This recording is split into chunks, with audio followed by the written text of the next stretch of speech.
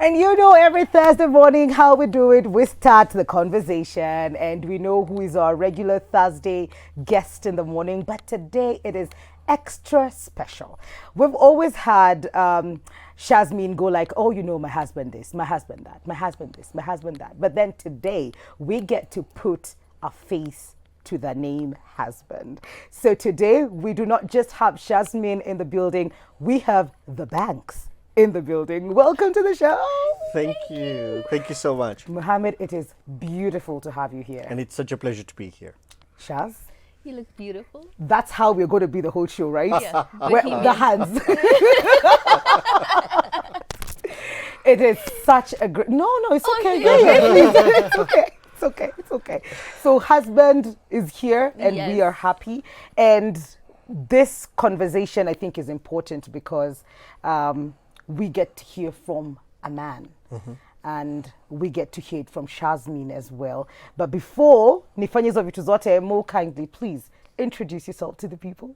Well, thank you everyone for having me over here. Just to give you a little experience, I'm here mainly to talk to most of the men and most of the women and to be very, very honest about what we have been through in our relationship, which has been marriage, divorce, and then extremely happily married ever after. So there's a lot to learn from here because we've been around the whole block and we've been together for 20 years now. So, and of course, we've had the opportunity to learn and travel around the world to learn about relationships and been in a position blessed to help a lot of people and even save a lot of marriages now. Absolutely. Yeah. Shaz, do we even get you to introduce yourself, or today's the day we do it? I just go ahead. It's gonna be my Thursday thing. First of all, I just have to say, Yes. doesn't everyone think my Kali looks like these elegant 60s first lady, I agree with you. gorgeous women? Because you have taken my breath away today. Oh my goodness. Like I have Thank to. you. Whatever you do, don't lose the stylist. Sarah, where are you? She did my makeup and my hair today, so Fantastic job. Pretty grateful for that. So let's get to it. Sure. Toxic masculinity, and just before we get into the toxic bit of it, what does it mean for a man to really show who it is that they are and not cross the line? So what is masculinity? So masculinity is going through a transformation as far as I'm concerned. Okay. And let me talk about my transformation. Okay. When I began in my marriage, masculinity to me meant the stereotypical masculinity, which is strong, silent, even possibly to a certain degree physical. So masculine to a man means very, very different. It's the gym man. And I don't think the images we have in the media portrayed and some of the movies and everything else where you don't have the right mentor can really lead a man to sometimes go astray and really feel that masculinity has to be very harsh. But over the years, I've seen that not only have I transformed, but had to transform. But then masculinity in itself has changed. So I'll give you a very, very quick example. From the caveman masculinity where we had to take a club and hit seals over and bring that food home, masculinity has now changed to a point where the word gentleman is extremely relevant in today's society. Very, very relevant. Let me emphasize that a little. What is the job of a man today? It's not to be strong, club thugs over the head and prevent intruders from coming in and just putting bread and butter on the table. The role of a man has expanded. It's to become a mentor to the child. It's to become a protector of his wife. It's before our job, or we thought, was to procreate, which was mix with as many people as possible before you find your wife, etc. I think those roles have changed. Those are stereotypical roles that have no place in today's society. I think today's man has a very, very different role. And that role is, instead of taking your energy and placing it in so many relationships, it would be very, very wise with all the stresses we have economically, spiritually, mentally, physically, to take that energy and actually plug it into one relationship. If I was to give you an example, it would be this. If you took one farmer and gave him several farms to farm, he would get a mediocre result on everything. But if you gave him one farm to concentrate on and look after, the results would be excellent. And that's what today's marriages need. That's what today's relationships need. However, the trend is very, very different today. What you find is that people want to get stuck with the right woman, but they want to experiment with everywhere else that they are. Now, that confuses men, because when you look at the social circle, you look at the locker room circle, you look at what's happening in the pubs and everything else, what people are talking about, unfortunately, is I've been with this one, I was with that, and everyone has a chauvinistic laugh about it. But it's not a funny thing. No. It's not a funny thing at all. And that's why you find the rates of divorces, when I hear Shan doing her research and everything else, in Europe is past 56, 57%. In Africa, it's rising dramatically from the 20s and 30s to the 40s and 50s. And the reason is very, very simple. We are trying to live a life where we feel stereotypically this is the way we need to behave.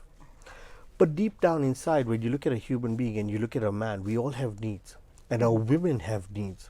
And today, more than ever, instead of being a flashlight that has a wide beam, we need to have an extremely focused beam. And if I can refer back to my relationship, that's what I had before. I'd focus on so many things. I'd have a social circle, I'd have a golf circle, I'd have a life circle, I'd have a business circle, and so many things else. What I realized was this: the minute I cut out so many things from my life that I thought were necessary to what is necessary, my marriage began to bloom.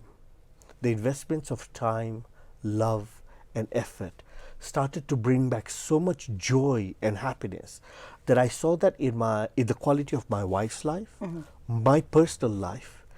And this is one thing that I can tell men out there today who are a little lost.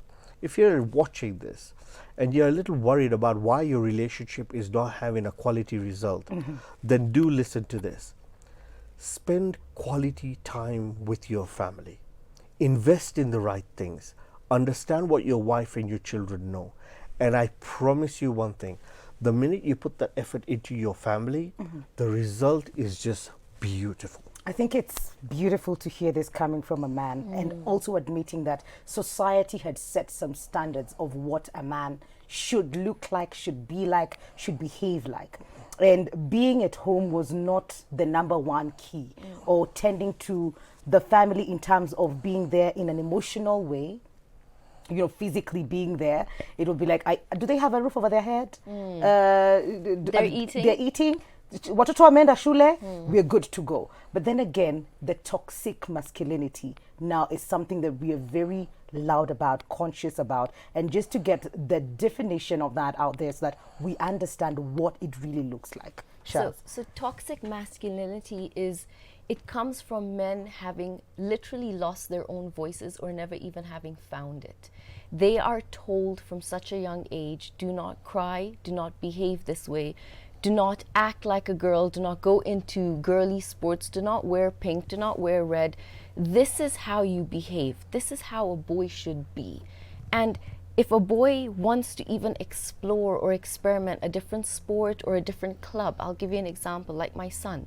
When he was about 6 or 7, in clubs, there were 1,000 different clubs. There was chess and hockey and so many different ones. And he came and said, I really want to do pottery.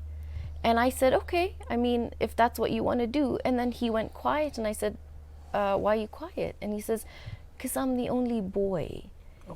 And I said, who cares? It's okay. Why do you want to do pottery? And he's like, because it's so much fun. I get to play with clay, and then you bake it, and you get to put it into an oven yourself, and then you get to paint it. So had I ever blocked something like that, or the second club he wanted to do, which was cooking, and he was the only boy, I would have probably taken away a piece of him I see that's so beautiful, which is he has a beautiful feminine essence inside of him that allows him to be liked and see, you know, the problems with girls in school and advise them, and he's soft in that way. Yet, he's the same person who can go and ride a go-kart at 200 kilometers an hour and is still butch and a boy. because nobody gave him or told him what his voice as a masculine boy should be. It was discover what it means to you. And a lot of men right now think the ideal way to be a masculine man, because of what all my peers are doing, is to provide, find the most gorgeous wife, get her there, and then have children, get her the house, and they're all going to school. And so I'm providing, what are you bothering me for? I also have other things I need to do. But they've lost the essence of exactly what Mo was saying, which was the gentleman. That strong can be strong in a beautiful way. It doesn't need to be strong and harsh. And typically masculine, which results in physical abuse. Because that's how masculine men feel. If you even answer me back, you are triggering within me something that, you know, doesn't allow that room and space. So I will smack you, hit you, verbally insult you, because do not go there. I'm the man, I'm the final word, I'm the final say. But you have women now that have risen. You have women now that are educated. You have women now that know what they want. So that's why there's that imbalance, because now women are speaking out, not to be toxic, but to say that, hey, in my politeness of going along with this toxic masculinity, I'm losing. So I have to speak, if not for me, but for my children, for my environment. And then it's taken as toxic femininity, or women are speaking out and they should know their place. So it's a beautiful dance and dynamic between women having to come up and speak and say, where's the guy that charmed me? Yes. Because if I married you, I didn't marry the typical butch man. I married the man that woo me in, that was soft, that brought roses, that melted my heart in a way that now I'm looking at you thinking, where did that go? And the reason I relate to that is because also when I married Mo, we're so open about the fact it was very typically toxic. And I went along with the toxic. I went along with being quiet, you know, he's the head of the house.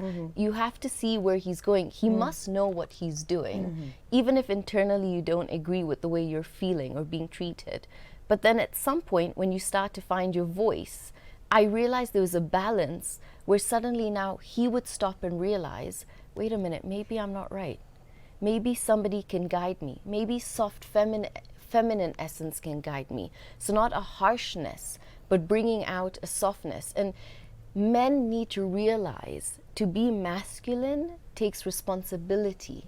So you get to choose, do you want to be the boy as masculine energy? Then you'll destruct everything around you. Or do you want to be a man that's masculine? And masculine men take beautiful responsibility of every area in their life. They think to find balance. They don't need to consistently be nurtured. But then at the same time, you have men that are genuinely so lost. They feel they're brutal, but then they wonder, okay, I understand that's who I am, but I don't know how else to be. I'm scared. I'm scared to be different. What if I'm judged by society? And nobody sees that in men. Yeah. Or even the peers. You'll find men calling out other men because they feel, unafanya nini? Yes. Why are you so different? Umekaliwa. And we hear this all the time. You're running home, umekaliwa nani? And then so you want to show them ujakaliwa, and then you stay, and then you go home, then You're kaliwad. And you know, just to add to that, I went through a phase where I had a group of friends for the longest period of time, and it's extremely confusing. It's extremely confusing. Why? Because today's woman is not a fool. no. Today's woman is educated. Today's woman is looking for a spouse, and that's why you see so many single women today saying there isn't the right man out there. Now, for the guys out there, you'll be wondering, a lot of the guys turn around and say there aren't good single women out there. But yet, if you look at the numbers, there are huge numbers. And why are you not finding each other a good fit? It's because we're trying to behave stereotypically. So, for example, the guys are trying to conform with what's going on with their friends, their mates, and everything else. Why? Because there are no good mentors in society at this point in time. Okay. However, all I'm trying to say is this. Instead of the operating system we're using at the moment, which is judging ourselves by our friends who are not successful in their relationships, who are not successful socially, unless you're drinking and having a laugh. And drinking and having a laugh is not the be and all of life. It's 2 hours of a week, or 3 hours of a week, or maybe 6 hours of a weekend at total. But family life is so important. Building a future is so important. If you look at our parents and how much time they invested with us, parents are not used to doing that at the moment. To give you a very quick example, before, the man used to feel exactly what we said earlier on. My job is to provide, make sure there's a roof, and pay the school fees. Yes. But that's not today's dad. Today's dad is a different dad. Today's dad is the one who comes home and listens to his wife, understands what her day was like, provide her with emotional support, provide her with some security for feelings and the way she is. Be that chest that is strong enough that has she gone through anything, had a hard day, she can come and lie on that chest and give her problems. But he's the same dad who can go to the kids' room and read a story and be sensitive enough to make sure that the kids have had a fantastic day and are prepared for tomorrow as well. So those are the dads today that we as men need to be. Absolutely. And on that note, we're going to take a very short commercial break. But the question today is, have you experienced, toxic masculinity in your relationships, current relationship, previous relationship? How did you tell that it was toxic? Have you had this conversation with your man? Have you had this conversation with your husband? Have you found a way out of it? 111-444-111. If you have any questions whatsoever, if you need any help whatsoever, we have the banks in the building and they will be answering your questions. So send them to 111-444-111. We'll be right back after this break. Welcome back to Full Circle with Mikali. A very good morning to you. How you doing? Where you tuned in from? We're talking about toxic masculinity and how that affects marriages and relationships. And the question for you this morning is, have you experienced it? Are you experiencing it? Are you going through it now? Are you a man and you're wondering, I want to be there for my wife, I want to be there for my girlfriend, but I really, really do not know how to just, find the balance of all of that. 111-444-111. That is our SMS line. Just send them through and we'll have Shazmin and Mohammed just answer that for you. So I'm going to ask you a question more. Sure. There's a shift that needed to happen for you to be where you are. You were this man before, and then when you realized that this is the man that you need for you to be able to be with your wife, to be there for your son, and to have this beautiful relationship at home, you had to shift. Friends had to change. How easy or difficult was that for you? What did you have to do? That is a fantastic question, Boikali, and thank you so much. And let me address something to the men out there as I answer that question at the same time.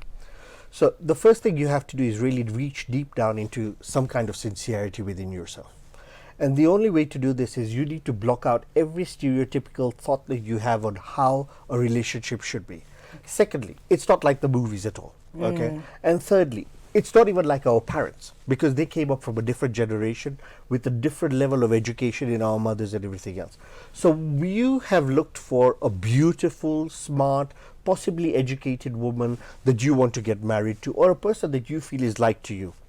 The best thing to do is this: be sincere with yourself. Close your eyes, even forget about your wife or your spouse or your partner. Work backwards. See how it is that your relationship wants to be at the end of this year, at the end of 5 years, or at the end of 10 years. Have this picture and this vision of how you want to be as a family, the individual relationships you want to have with your child, and the individual relationships you want to have with your wife. Visualize how it has to be. Work backwards from there. The best thing to do is see the ingredients that you require to put in for that marriage to work, and realize that vision. Okay. Don't look at what she needs to do or what your kids need to do for you. Look at what you need to do for the family to realize that vision. Start working on yourself and start putting that in. If it's kindness, compassion, or even most importantly in this case, time, do that. If you need to sacrifice and cut out other things, please do that. To the guys out there that are spending a lot of time in the bars with their friends and everything else, it's easy. And the reason we do that is this: it's because we want to run away from the problems. We want to run away from the challenges. But this is what I'm going to say to you. Look at your friends 10 years ago. They're different from the friends that you have now. And the friends that you're going to have 10 years from now are going to be different from the ones you have today. The thing is this: you're going to go through layers and layers of friendships, but you're going to stay with one layer of family. And if you don't invest in that family, you're going to go wrong. So what are the tips that I had when I went from an extremely toxic relationship to a really healthy one is realization. The first thing that I realized that was in the way was my ego. And when ego is there, it's like putting mud on a windscreen. It doesn't matter how good the glass is, you are never going to be able to see through. It's going to be opaque. That's true. So the minute you drop the veil of your ego, things start to become apparent and very, very clear to you. Now you're emotionally open to the needs of your wife, and most importantly, you can see them. And if you're really attuned, this is where you need a quiet mind, because you can't do everything at one go. You can't be a friend, go to the bar, do everything, and also improve your family. You need to focus. There are times in life where you really need to build the foundation of your family. So what I did is, first I dropped my ego. Secondly, I saw the needs of what my family requires. Thirdly, I started to work on myself. So kindness, compassion, spending time in the correct ways, understanding the needs of my wife. I understood she's an introvert, for example, and then I understood she's more emotionally inclined, like most women are, okay? And some simple tips. For example, on a simple day, what women want at the end of the day from a man is the following things. Emotional nourishment.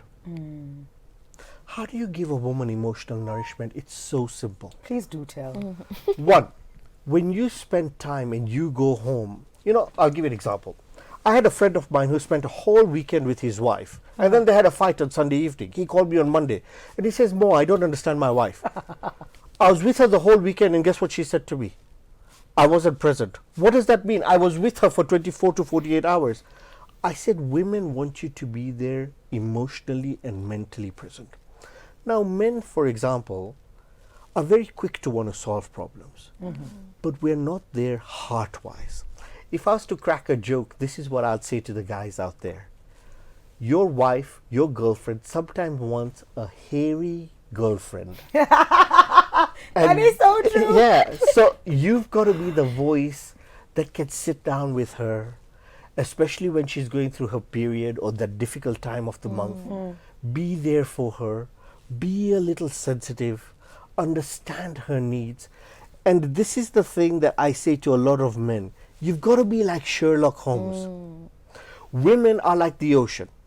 Twice a day their moods are changing. Twice a month their moods are changing. So if you're going to be the stereotypical tough guy who's just blank, you're going to be lost. What you've got to do is you've got to be flexible. You've got to be light. Every day you come home, don't listen to your voice. Listen out. Keep your satellite open to see what's her mood today. And how do I make it better? What does she need at this point in time? So you will go home. You will leave her in the morning, for example, guys, and I know there are guys out there who are going, man, this guy knows his stuff. There are guys who leave in the morning and say, you know what, we kissed and everything else, everything was fantastic. And when they go home in the evening, guess what happened? She's got a face on. And you're wondering, what the hell did I do? It's exactly what you didn't do. And what she is expected is for you to have called her during the day, checked on her during the day, and guess what? You forgot to do that. But how she's communicating it to you is, instead of two guys saying, hey, listen, Brian, you didn't call me, man, I was expecting you to call. A woman will do this.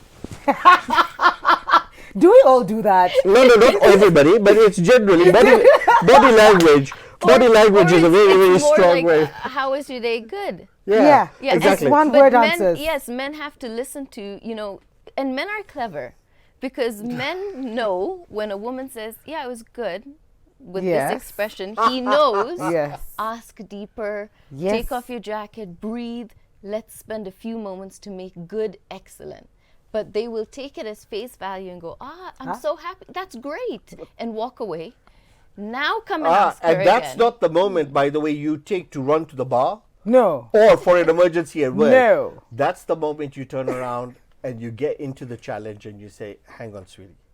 From your tone, and even sometimes confront it directly, and say, listen, I can tell something's not right. Now, here's a tip, guys. Deep down inside, just like women know when something's wrong, you know something is wrong. That's true. Don't go in your head, oh my God, here we go again. Thank you. Don't do that. What I suggest you do is go into your head and say, you know something, how can I be ahead of the curve? I'll give you an example. You do that with your business. You do that with your car. You do that with your friends. You do that with your parents. Be ahead of the curve all the time. And the way to do this, and I'm just being really, really honest with you. Okay. Being married or in a relationship, to all the men out there, it's not a part-time job. It is a full-time job. So this is what I'm going to say to the men out there. Don't get into it if you're immature. Don't spoil a girl's life if you're immature. Don't do it if you're going to be there 99% of the time. A relationship is like pregnancy. Simple.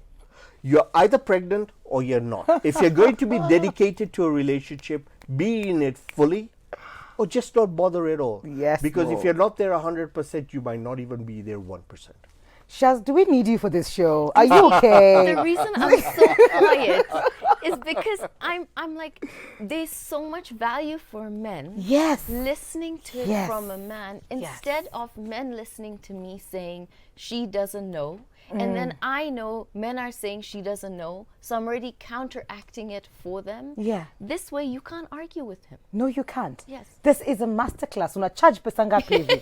Sababu umetupatia nuggets, and I hope you guys are just taking notes and you're listening, like really, really listening to what Mo is saying, because it makes perfect sense. Even the way that you've understood women is just, whew. You're welcome. And can you believe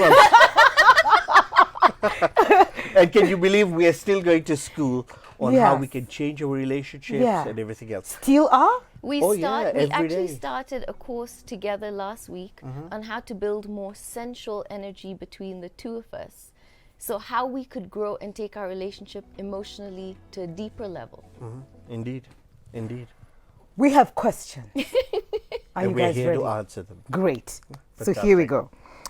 Good morning, Mikali. I'm enjoying the show this morning. I'm married to my husband, and we've been married for 3 years and have been experiencing toxic masculinity all my days.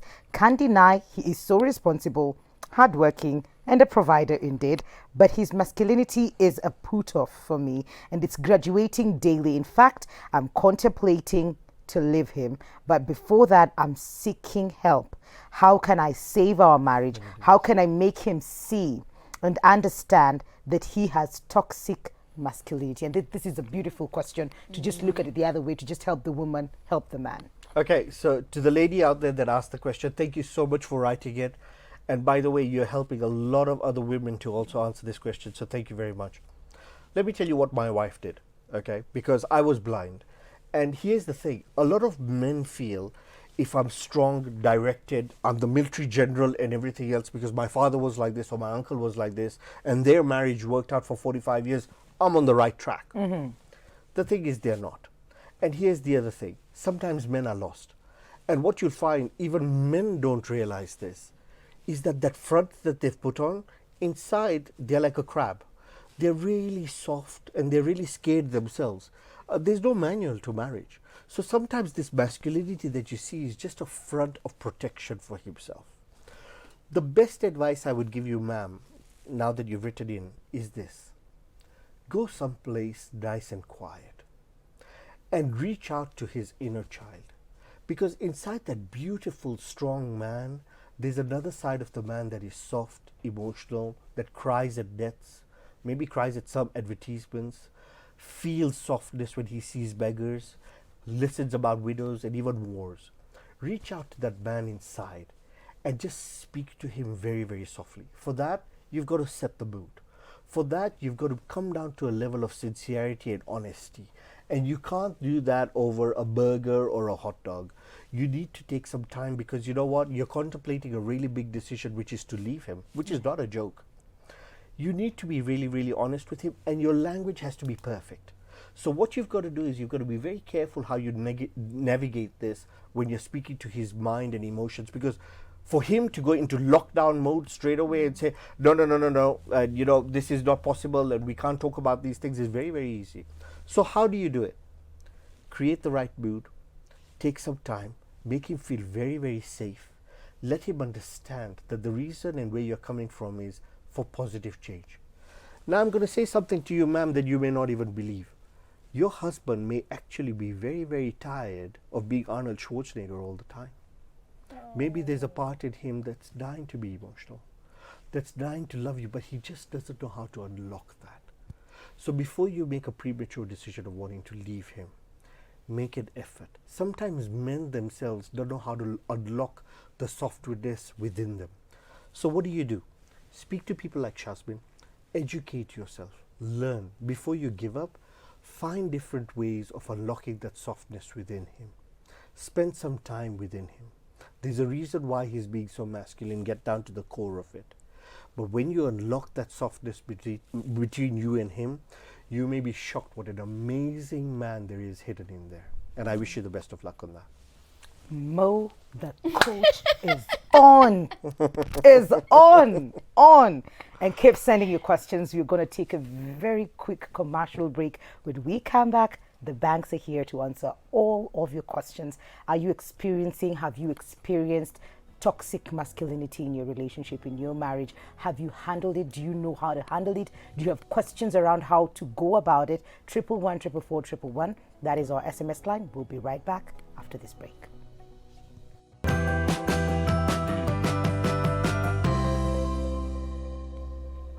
Welcome back to Full Circle with Mukali Thursday edition. We're having a great time in studio with the banks, and we are answering all of your questions. Well, they are answering all of your questions, and we're talking about toxic masculinity. Have you experienced it? Are you experiencing it right now? Have you been able to navigate around it? Do you know what to do about it? Questions, Zetumwa 111 because they're here to answer all of that. So, like I was saying when we were on a break, the first question we just handled was touching on something that you mentioned earlier, Mo, about how men will provide. They will give you what you need. There will be that macho guy. But then the woman needs more. And that's, even as she receives all the things that she's receiving for the 3 years, she still feels there's a connection that is missing. That's right. So it's exactly what you said earlier, and thank you so much for addressing that. So we have another question. Where are we? Oh, here we go. Good morning, Mikali and the banks. It's sticking now. I had an encounter with a guy who had a toxic masculinity to the brim, in that he was just rude when he talks to me and the way he addressed me. So I slipped off, and now he calls, and I don't know if he's genuine and not just a mask, because he doesn't want to communicate about the issue at all. So she left the guy. The guy is now calling. Okay. But now we're not so sure if he's still the same guy who will abuse you, be rude. Okay, so I'll add something small to that. The first thing I would tell her is, I'm glad she chose to walk away, because a lot of people end up in that situation, and then the relationship gets, they're married, and now it's harder to be able to figure things out.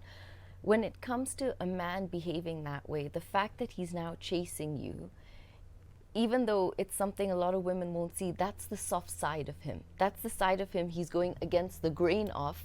I don't chase you. You walked away from me, you walk away. But now the other part of him that craves love, because exactly what Mo said, inside all these tough shells is that little boy that wants love, doesn't know how to navigate it.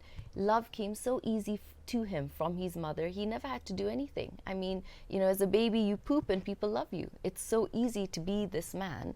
But suddenly when I go out into the real world, to get a girl's love, I have to be soft. I have to have emotion. I have to think. I have to go into her world. Her world is 100% consistently emotionally driven. But for a man, that's scary, because that means, am I losing me? But you need the right kind of woman to be able to say, it's okay. This is also the safe haven you can come to. The way we want men to be soft and understanding and loving. Yeah. I couldn't get Mo to be that or see that if I came across masculine, strong, unwilling to move. So we both had to dance in our relationship. And sometimes we stepped on each other's toes, but it was not to hurt the other person. It was to learn, okay, that hurt. Take a moment. Where are we both? So the advice I would give her is, if he's calling you, it would be to meet him and say, I'm not getting into anything right now, but I want to see how much of you can change. Because let me tell you what I want in a man. I want someone strong but loving. I want someone strong but soft. I want someone strong but kind. I want someone strong but he will be there for me all the time. Can you be that? If you can't be that, then it's okay. Maybe someone else will help you through that journey. And something I could just add over there very quickly, Yes. which is a very quick piece of advice for the lady who asked the question, and thank you for asking that question, it's beautiful, is this. Sometimes, like Shazmin said, exactly, men are lost. So they want to chase you, but they don't know how to do it. The best thing for you to do is create a soft, safe place. Now, when you're aggressive with a man, they feel you're masculine, and that sort of chases them off, and it breaks their confidence and everything else. So the best thing to do is create a soft, safe environment. The best place to do it is go to a place of sincerity in your tone, your body language, your voice. Again, create the scene and have a conversation. Avoid doing it on the phone if you can. And say, look, there was a time I was chasing you, now you're chasing me, what do we do? Have a conversation and see, look, what are your intentions? Okay? If you want to, because relationships, whether we like it or not in today's life, are for adult people. It's not a joke. It's not for immature people. But what's your intention? Do you want to just have a physical relationship? Do you want to have a long-term relationship? Because this is where I am today. I'm looking for a spouse, or I'm looking for somebody who can take me to the future. You fit the profile, but you're very, very masculine all the time. And that scares me. Okay. If you communicate effectively to the point and without scaring the person, they'll get a chance to provoke thought, reflect, and most importantly, they will respect you for being honest with them. But now you're creating communication and understanding, which gives them a platform to sit down and really reflect and understand you and see, hang on a second, here's somebody who's really taking their life seriously, and if I'm interested, I can get a good spouse over here. But you have to be sincere, communicate sincerely, create a safe environment, be very clear in a nice, soft, loving and gentle way that you're not interested in a casual relationship, but you're looking for something more serious. And then leave the ball in his court and see what he does. I promise you, only sincerity will come back. Okay, thank you so much for that. Good morning, Mikali. Please ask Mr. Bank, how can I consciously drop my ego? Consciously. Because it's one thing to say you want to drop it, but another to actually do it.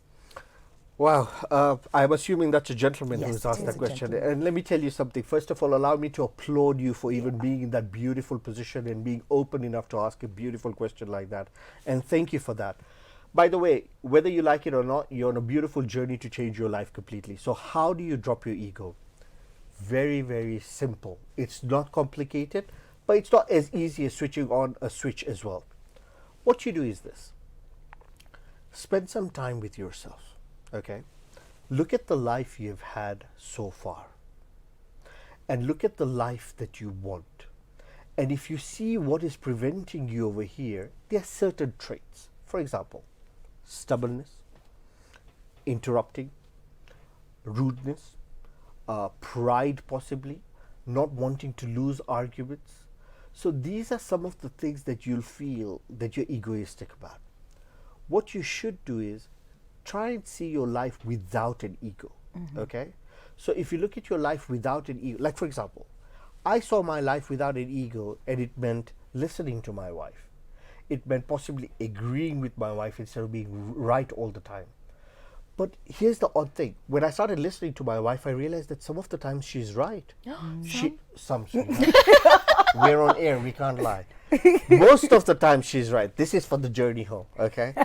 Now, but the thing is this, is that, you see, when you drop your ego, why are you marrying this woman? Or why are you in this relation? Is it to dominate? Is it to show your masculinity? If you want a happy life, then you'll realize something. Your partner brings a very feminine side and a feminine energy to the relationship. If God didn't want that and there was no value to it, he wouldn't ask you to get married in the first place. But she's able to bring something to the relationship that is so loving and amazing and soft.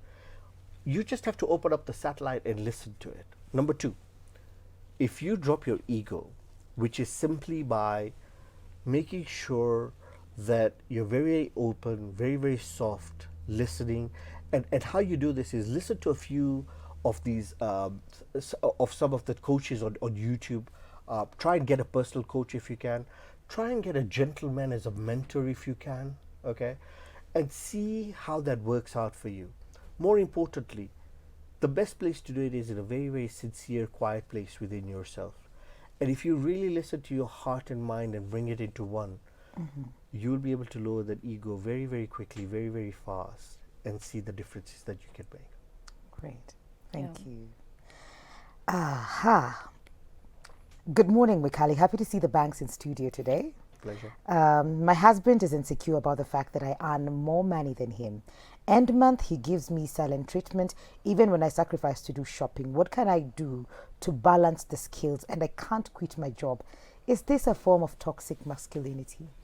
No, it's a form of pure vulnerability and men who don't know how to show they're vulnerable. Okay. Because you see, the epitome of a man is I will provide, I should provide, I want to take care of you. Even though I earn, Mo will just never allow me to spend that in the house. It is, I'm here, Shan, I should provide, it's my job, and whatever you earn, that should be yours. And so, you know, when you look at men like that, it's their pride, it's their everything. It comes down to, if I'm providing, somewhere deep inside, I'm making you happy, right? And so that's all I want to do. So at the end of every single month, somehow, you will see it at the end of the month, he's unhappy. But he's facing a little demon the entire month, battling himself with, am I not good enough? What is my worth? I'm supposed to be a man. I can't even do what the basic should be. So I would turn around and say to him, if it was me having a conversation with my husband, I would turn around and say, Mo, it doesn't matter.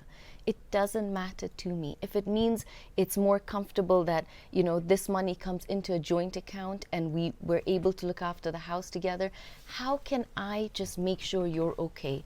Because I see you're hurting and I see you're suffering, and I don't want that. I'm not earning to have pride. I'm earning because right now, thank God for the job. Look at COVID. At least I'm able to look after the family, but we're doing it together. Yes. Because how many times have you done it for us as a family? So it's not me winning, you losing. This is us. And right now, this income is a blessing from God to take care of both of us. But if there's something it's triggering inside of you, let's talk about that now. Because it's not that she's earning. It's him just feeling inadequate. So how can she make him feel that whatever you're feeling, bring it out? Yes. Bring it here to this feminine energy that will look after it. And when she hands it back to you, you're not broken. You're not feeling, you know, over vulnerable. You're feeling somebody saw me beautifully. Okay. If I could just add to that very, very quickly. Men have a need to compete. So now you can see they're already competing against each other. Okay. Now he feels the need that he has to compete at home. Exactly what Shazmin said. What I would do, madam, is very simple. Sit him down, make him feel very, very comfortable, very, very safe. That you know something, it doesn't matter. We are a team and we are one. And if you can do that in a nice, beautiful space, you will take away the demon that's bothering him, like Shazmin said, throughout the entire month. And it's very, very important that you do that. And you have to make sure you take away the emphasis as much as possible that it doesn't matter who's earning more. We are one. But last but not least, I'd like to say, thank God that you have a man who feels bad about that. Because you don't have a man who's sitting over there saying, you know what, I don't care. My wife earns more. I'm just going to blow it and spend it. You've got a man, and a good man over there, who's thinking, you know what, how can I do better for my family? So take pride in that. Take your blessing in that.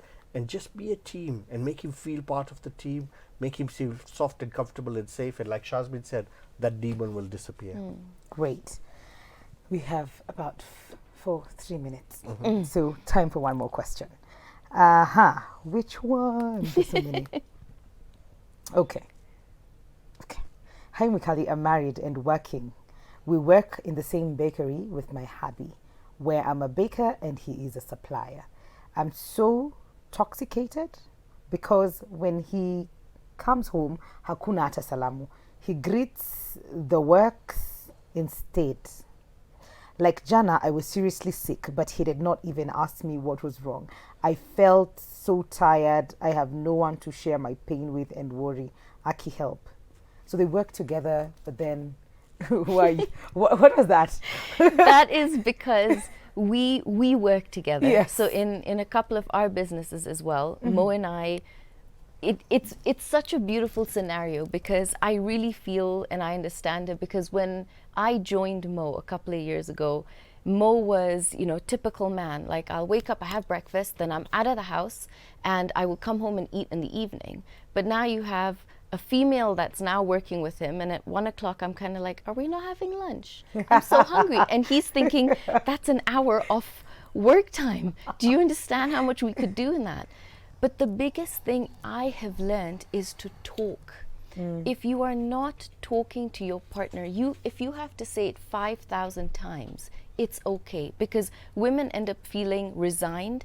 Women feel he should know. Sometimes he really doesn't know. Yeah. But it's for you to be able to say, I'm not feeling well, we're working together, I need you to notice little things about me. But most importantly, the biggest thing Mo and I learned was playfulness. And I had to learn how to bring it in, because when Mo goes into work mode, he's very serious. But when I'm in his environment, I'll find silly different ways, because I can't be in that state all the time. I want to laugh and giggle and have fun. And so even when we're doing little things like the current business he's at, the other day I went and I was throwing little stones at him from the back, and he was in this mood where he's talking to people so seriously, and he turns and I'm smiling and ducking, and he's like, guys, that's my wife. And he's like, come here. And you saw he broke into a smile, and it changed his state.